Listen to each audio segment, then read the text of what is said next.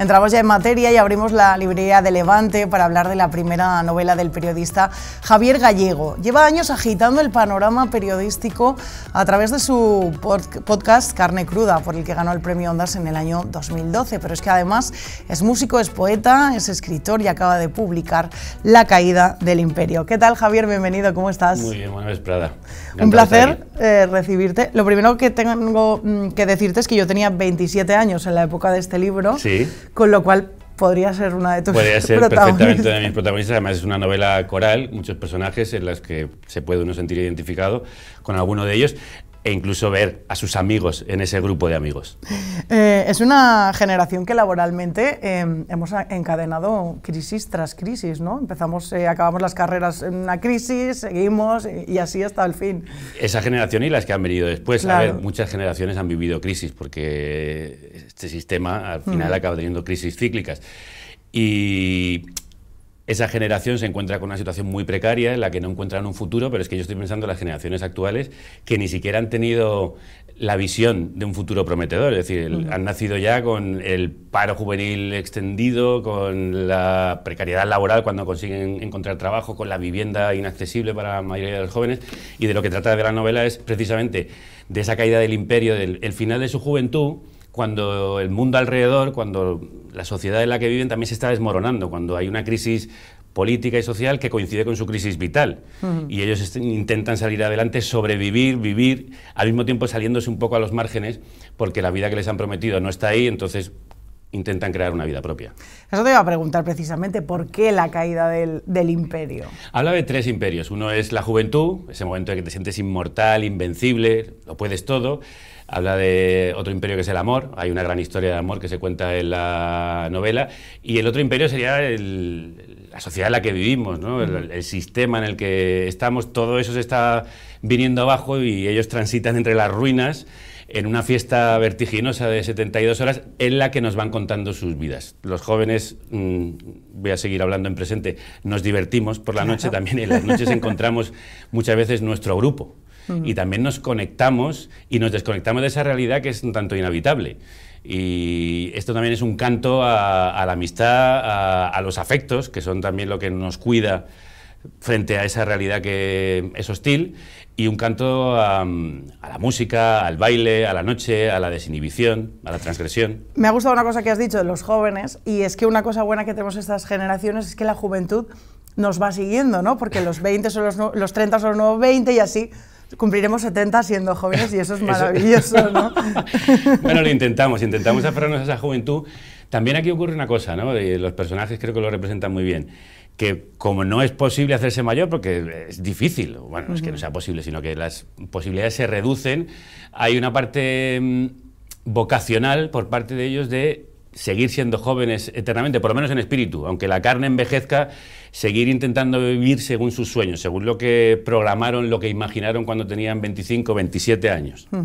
La novela está contextualizada en, bueno, pues en el 15M, ¿no? de 2011. En los días justo antes del 15M. Y dices que es un canto al desencanto, ¿no? De una generación. Eso es, porque fue una generación a la que se le prometió un futuro, un porvenir luminoso, y de repente se encontró con que ese porvenir se venía abajo. La generación que se decía más preparada de la historia, que en algunos casos no ha podido vivir mejor que sus padres. Es la primera generación, en otras cuestiones sí, pero que en cuestión laboral, la vivienda, la posibilidad de formar una familia, ha tenido más dificultades que sus padres. Entonces hay un cierto desencanto, también porque la juventud es el ansia de un absoluto, de un mundo mejor, de cambiar las cosas, y ven que el mundo les está cambiando a ellos más rápido de lo que ellos son capaces de cambiar el mundo. Y lo situé en ese momento previo al 15M porque yo quería hablar de esa crisis vital y crisis política y social que están viviendo, económica, y la catarsis que podría ser, eso no se cuenta en la novela, pero lo deja ahí justo en la puerta de igual hay un cambio, que es un cambio social, pero también puede ser un cambio vital para todos nosotros. Bueno, después todo lo que ha ido pasando después, pues bueno. Claro. Bueno, en realidad a mí me preguntan mucho, ¿y qué ha quedado del 15M, ¿no? ¿Y qué ha quedado de ese estallido social, de esa esperanza? A ver, el 15M era una enmienda a la totalidad, pedía más democracia, pedía una democracia real ya, Pero ha habido muchos cambios en realidad. Nuestra sociedad es mucho más plural, creo que el Parlamento también lo es, hay un reconocimiento de las diversidades que antes no estaba, también ha habido 2 gobiernos de coalición progresista que son los primeros de la democracia, que ha aprobado unas cuantas leyes y avances en derechos y libertades que creo que son también herencia del 15M. Creo que el feminismo no hubiera tenido tanta potencia en nuestro país si no se hubiera sumado a la ola que trajo aquel estallido social.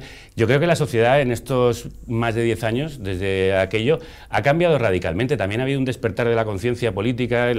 Creo que la ciudadanía es más participativa de lo que era entonces, que estábamos más apáticos, más dormidos, y ahí despertamos. Y luego también ha habido una reacción en contra, es decir, frente al avance en derechos de las mujeres, en derechos de las minorías, pues también hay una reacción del privilegio, de los privilegiados, de decir, uy, cuidado, que estamos yendo demasiado rápido y demasiado lejos. Conforme avanza una cosa, avanza también la otra. Claro. Abordas ese paso que hay entre la juventud y la madurez, los retos, los cambios, las dificultades que conlleva todo eso. ¿Qué es lo que te atraía a ti sobre este proceso para ponerte a escribir sobre ello? Creo que las grietas, las crisis, los claroscuros son narrativamente muy interesantes, y ese momento de quiebra, ¿no?, del paso de la juventud a la madurez y la dificultad de crecer, el miedo a crecer, y también la de la pérdida de la inocencia, te da para hablar de muchas cosas. Creo que todos nos hacemos la pregunta en algún momento de nuestras vidas de ¿estoy viviendo como quería vivir? ¿Soy quien quería ser cuando era joven y tenía todos mis sueños y todas mis ilusiones intactas? Hay un momento en el que algunos de esos sueños ves que no se están cumpliendo, y ahí ya cada uno tiene que hacerse el pacto consigo mismo, ¿no?, de seguir luchando por ser quien quiere ser, o a veces conformarse o aceptar que no es posible cambiar las cosas. Aceptar en parte la derrota o por el contrario, seguir batallando con ello, que es lo que creo que hacen algunos de los personajes. Otros, desgraciadamente, pues acaban tomando vías de escape más peligrosas, más arriesgadas. Las drogas también están presentes en esta novela. Bueno, es que las drogas están presentes no solo en nuestro mundo actual, es que la juventud en la noche siempre han estado ahí, las drogas legales y las drogas ilegales, es decir, es que el alcohol también está aceptado por nuestra sociedad y es una droga que a veces mata y que destruye vidas. Son una forma de escapar de cierto control y también de conectar con uno mismo y conectar con el grupo de amigos, pero pueden ser esa vía de escape que al final acaba controlándote y destruyendo tu vida. Somos adultos y cada uno tiene que decidir qué hacer con ello. Después de tanto tiempo en el mundo del periodismo, ¿cómo llegaste a este paso de escribir tu primera novela? Aunque ya habías escrito, ¿no? Sí, yo había escrito poesía y también tengo publicado un cómic.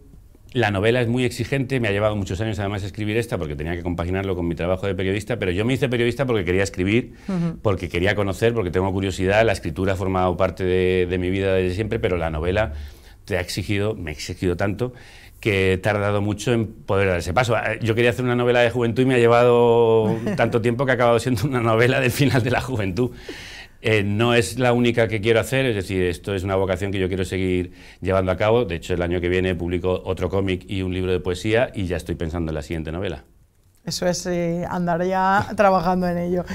Supongo que habrá supuesto un reto, ¿no?, para ti escribir y además hacerlo de la manera que lo has hecho. Sí, ha supuesto un reto en muchas facetas, ¿no?, porque primero es una novela coral y entonces contar la vida de tantos personajes y llevar todas sus tramas en paralelo ha sido complejo desde el punto de vista técnico, y luego hay algo que creo que caracteriza la novela y lo diferencia, y es que está contado como si estuviera realmente viviendo una fiesta, y de hecho las normas ortográficas, las normas estilísticas, sintácticas se rompen a veces como se rompen los códigos durante la noche. Y el cómo va contando mucho el qué. Me ha dicho alguno de los lectores, dice, es como estar dentro de la fiesta, o sea, es como realmente sentirse un poco colocado por la música, por el alcohol, por el ambiente, y eso, conseguirlo técnicamente, ha sido lo más complejo. ¿Cuál es la banda sonora de esta novela? Bueno, tiene al final de sus páginas toda una lista de las canciones que van apareciendo. Es una novela muy rockera, muy de garito nocturno, pero también hay un poco de funk, hay música negra. Al final es la banda sonora de nuestras vidas, las canciones nos cuentan y la música también es lo que une a los grupos de amigos, ¿no? También la juventud, qué espectáculo multitudinario, aparte del deportivo, congrega a tantos jóvenes, la música. Alrededor de la música nos entendemos, nos conectamos, nos conocemos, compartimos. Es lo mismo que se hacía primitivamente. El hombre se reunía alrededor de una hoguera y cantaba y se contaba. Pues lo que hacen estos personajes es cantar, bailar y contarse. que eso en definitiva también es vivir la música. Me encanta además que la presentación del libro en Valencia hoy viene con concierto, ¿no? Claro, en la sala 16 toneladas a las 8 de la tarde. ¿Cómo has cocido todo esto? Bueno, claro, es una novela tan rockera, tan musical, que yo no concebía presentarla tanto en una librería o en un foro al uso para ese tipo de presentaciones, sino hacer una especie de gran concierto, de gran celebración de lo que es esa noche, de lo que es la música. Entonces, un grupo valenciano, Johnny B. Zero, van a estar tocando en directo, una actriz de la Sala Rusafa, Iria Márquez, va a estar haciendo las voces femeninas del libro, yo voy a hacer las voces masculinas, entonces se van a ir compaginando temas, canciones en directo, con la interpretación de algunos fragmentos de la novela. Y un encuentro fantástico, una oportunidad muy buena para los lectores de pasarlo bien, tener su libro. Yo lo que quería es que la gente también entrase en la novela, más de que yo te la cuente, que la escuches, como la novela se escucha cuando la lees. Eso será esta tarde, a partir de las 8 en la sala 16 toneladas. Javier, ha sido un placer conocerte. Igualmente, muchas gracias. Muchísimas gracias por estar con nosotros.